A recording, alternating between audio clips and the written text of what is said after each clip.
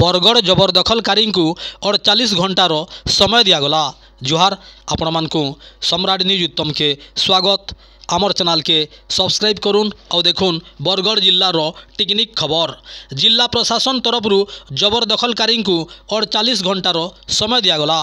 बरगढ़ जिला जबरदखल छाड़बार लगी आगरू चिन्ह दिया जेन माने सरकारी जमी रे घर द्वार बनईछन दुकान बाड़ी देछन से मानकु 48 घंटा भितरे छाड़बार के पड़वा। डाकबाची जंत्र द्वारा आज बरगढ़ शहर रे बुली बुली करी सूचना दिया होचे। आपण माने बरगढ़ जिल्लार टिकनिक खबर देखुछन। खबर देखला परे आपण मानकर मतामत निश्चय देवे। जुहार। एक जरूरी घोषणा द्वारा बरगढ़ सहरर मुख्य रास्ता गुड़िक तथा अन्यान्य स्थान रे अनेक व्यक्ति विशेष सरकारी जगह और रास्ता कड़े जबरदखल करी बेआईन भाव कोठा बाड़ी और दुकान गृह निर्माण होइथिबा स्थान मानकु मिलित भाव चिन्हट करा जाइछि।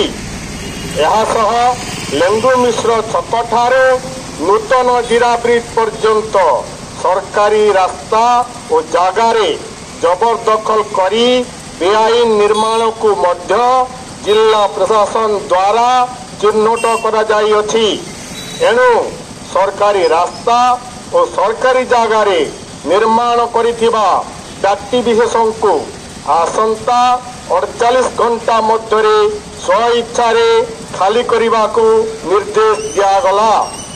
यार खिलाफ कले जिला प्रशासन तथा बरगढ़ पौर परिषद द्वारा बेआईन निर्माण को उच्छेद करने सह जबरदखलकारी विरुद्ध नियम अनुजाई दृढ़ कार्यानुष्ठान ग्रहण करा जिवो।